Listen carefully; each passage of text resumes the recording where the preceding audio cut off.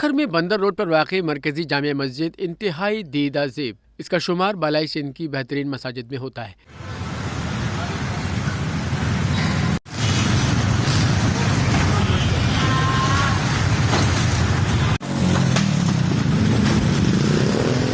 دریا سندھ کے کنارے پر واقع اپنے خوبصورت طرز تعمیر کی وجہ سے یہ مسجد دیگر مساجد میں نمایاں ہے۔